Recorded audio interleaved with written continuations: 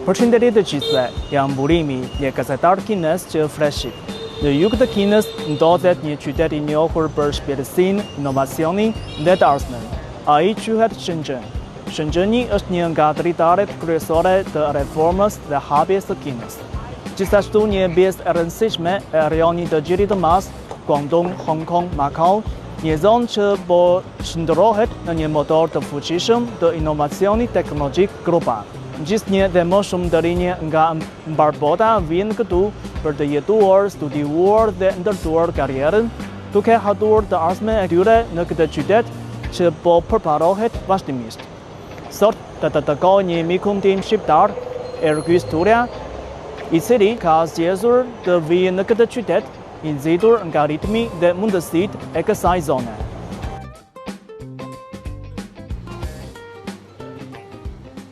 Emri im është Ergjys Turja, vi nga Tirana. Në origjinë të vjetër, nga prindërit jam nga qyteti Dibrës, është në veri të Shqipërisë. Në 2019 vendosa të vi në Kinë për master.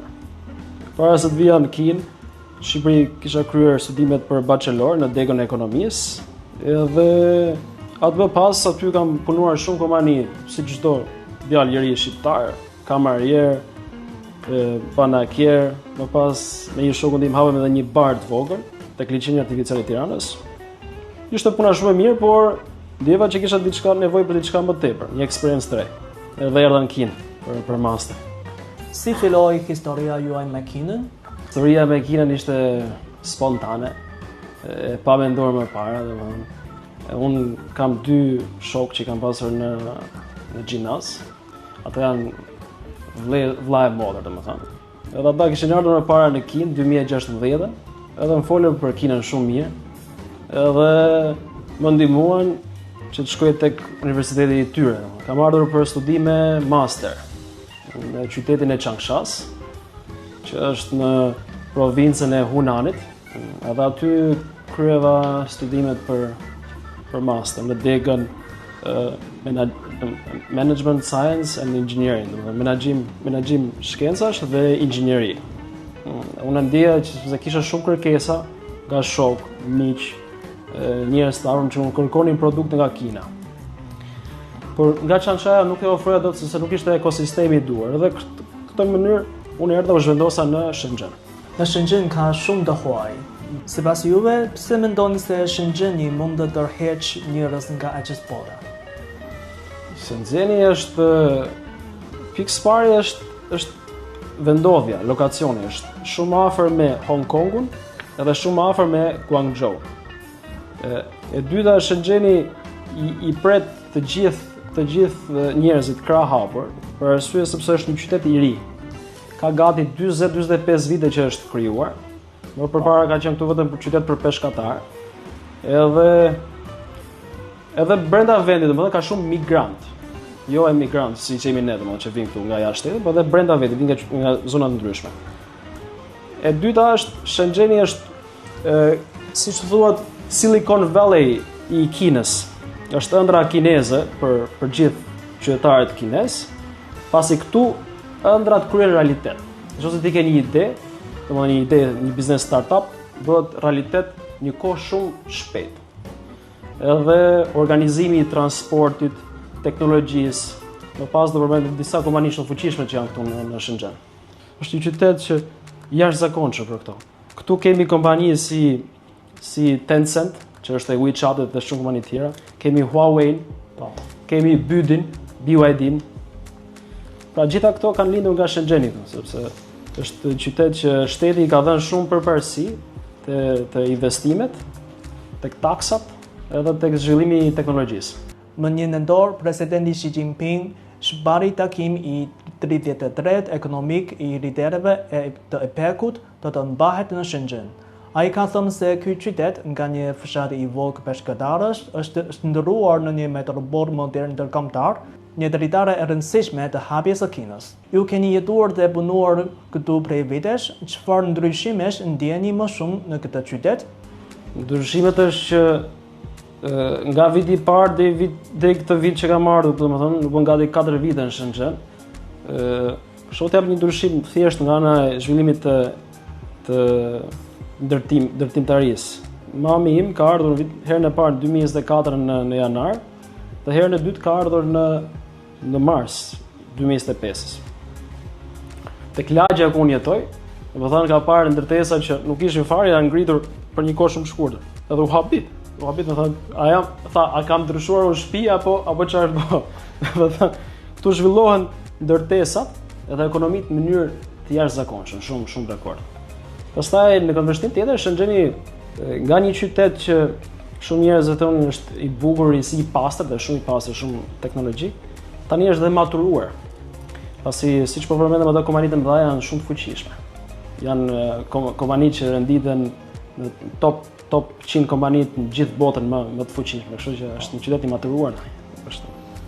Nëse do të duhej të përshkruani Shenzheni me vetëm 3 fjalë, cilat do të ishin ato? 3 fjalë. Fjala e parë është i shpejt.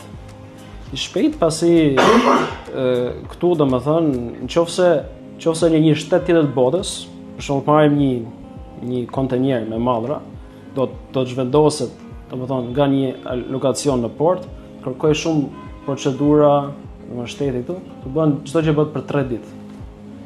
Nuk ka pengesa, është i shpejt, është qytet inovativ. Pasi nëse ti ke një ide dhe ideja jote vlen, do kesh investitor ku mund të investojnë tek ty. Domethënë edhe i kryen këto ide inovatore. Është edhe një qytet, si ta them, është një fjalë dhe përdor i thjesht.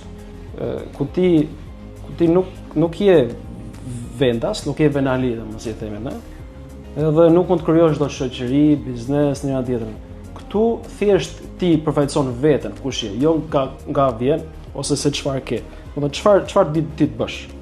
Pra, unë vi nga Tirana, me origjinë nga Dibra, edhe gjej një partner sepse të dy bashkë kemi ëndër të madhe dhe punojmë bashkë. Kjo është, domethënë, që qyteti i thjesht, jo qyteti ndërlikuar që dua shumë lidhje, miqësira gjëra një tjetër.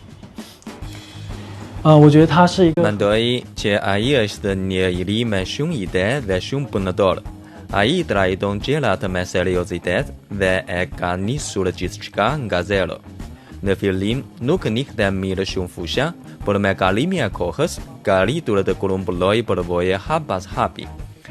Për të garantuar cilësinë e produkteve për klientët e huaj, shikon vetë në fabrika, i sheh produktet nga afër, i kontrollon dhe sigurohet që tu ofrojë klientëve një kombinim sa më të mirë me cilësisë dhe çmimit. Ai mendon gjithmonë nga këndvështrimi i klientit dhe është një shembull që ia vlen të merret. Keni përmendur disa herë në Shenzhen një ide e vogël e thjeshtë mund të bëhet një realitet. Po. Keni realizuar ëndrën tuaj në Shenzhen? Ëndra është shumë e madhe e ime personale, po besoj që pa ndihmën e partnerëve të duhur që kam njohur dhe jam shumë e thatë, edhe njerëzve të duhur edhe kolegëve gjithë nuk do të kishim realizuar këtë punë. Domethënë ne kemi emrin Ble Kina, që do të thotë po ta përkthesh ose ta marrësh ble gjëra nga Kina ose ble gjëra kineze. Pasi shumë tregtar në gjithë botën i blejnë mallrat në Kinë dhe nuk i vendosin made in China, por i vendosin made in Germany, made in Italy etj. Domethënë ka ardhur koha që po duhet kineze të njihen edhe si cilësore, jo vetëm si të lira. Po. Sepse nuk do thotë në Kinë ke vetëm gjëra të lira. Në Kinë sipas buxhetit që ke, mund të zgjedhësh më të lirën, të mesmen edhe më cilësore. Domethënë varet se sa e ke buxhetin. Ju dashmë jeni vendosur mirë në Kinë, madje keni krijuar edhe familje këtu. A mund të na tregoni pak për këtë? Partnerja ime ka emrin Alisa, emri shqiptar. Kemi një fëmijë së bashku, Renën, është 1 vjeçë e 7 muajshe. Kem një partnere kineze, është ndihmë e madhe që ta kuptoj më së miri këtë kulturë, këtë vend, sepse është një vend me histori të madhe, 5000 vjeçare. Edhe është një fat për mua, gjithashtu. Po kanë shkuar në Shqipëri, ishin në këtë verë, në qeshor, Më pëlqeu shumë Shqipëria, ushqimi i Shqipërisë, kultura, se kemi edhe shumë pjesë të kulturës që ne ngjasojmë Kina me Shqipërinë. Domethënë tek mikpritja, tek respekti për prindrit dhe për njerëzit e vjetër. Çfarë është lumturia për ju të keni gjetur atë në Kinë? Lumturia është shumë subjektive, po nga aspekti të rritjes profesionale dhe aspekti familjar jam shumë i lumtur, por vetëm problemi është që jetoj shumë larg Shqipërisë, vendi ku jam rritur, edhe familjes prindërve dhe motrës. Domethënë kam shumë festa, shumë ditëlindje, edhe raste që hidhërime nuk kam marrë pjesë. Kjo është një plagë e madhe për ne që jetojmë jashtë, por domethënë kem një familje këtu, tani familjen time të re, domethënë e ka zbutur pak këtë largësi. A keni vënë re se bashkëmbunimi midis Shqipërisë dhe Kinës është poshuar gjatë viteve të fundit? Po, në këndvështrimin tim shikoj më kryesorja është tek vizat. Domethënë marrëdhënia Shqipëri-Kinë edhe Kinë-Shqipëri jemi me viza falas, viza free që i thonë, për 90 ditë, brenda 6 muajve.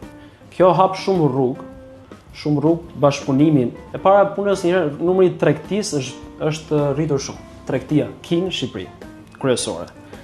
E dyta kam vënë re që shumë kompani kineze të mëdha po investojnë në Shqipëri, sidomos në infrastrukturë. Marrin pjesë në tendera, marrin pjesë në projekte shtetërore, rrugë, ura, edhe shumë projekte të mëdha. E treta e shikoj edhe tek bashkëpunimi kulturor edhe arsimor. Pra, Kina ka hapur shumë rrugë bashkëpunimi që studentët shqiptar të vinë në Kinë, studiojnë nëpër universitete, mundësisht jepen edhe bursa për studentë ekselent. Edhe ana kulturore, unë mbaj mend që në Shqipëri është festuar viti i ri kinez në Tiranë, do thonë më bukur se në gjithë Europën. Do thonë shumë nuk e di a ke parë atë kohë, por ka qenë, do thonë, edhe shikoj një bashkëpunim shumë të madh. Gjatë këtyre viteve në Shenzhen, ergysi ishte mësuar pak nga pak me ritmin e qytetit. Jeta e tij po merr formë dita ditës me një të ardhmen më të qartë dhe me një arsye të thjeshtë, por të fortë për të qëndruar. Një shtëpi e ngrohtë është arsyeja pse ai ka hedhur rënje këtu, një Kinë që një më e hapur i jep forcën për të vazhduar përpara.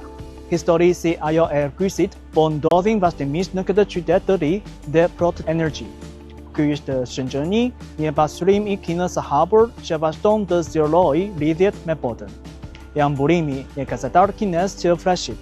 Për historitë e ergysit dhe shumë të shqiptarëve të tjerë në Kinë, ju ftojmë të më ndiqni në YouTube dhe Instagram në kanalin Burimi nga Kina. Dhe të ndaj edhe më shumë rrëfime së bashku. Faleminderit që qëndruat me mua, shihemi herën tjetër.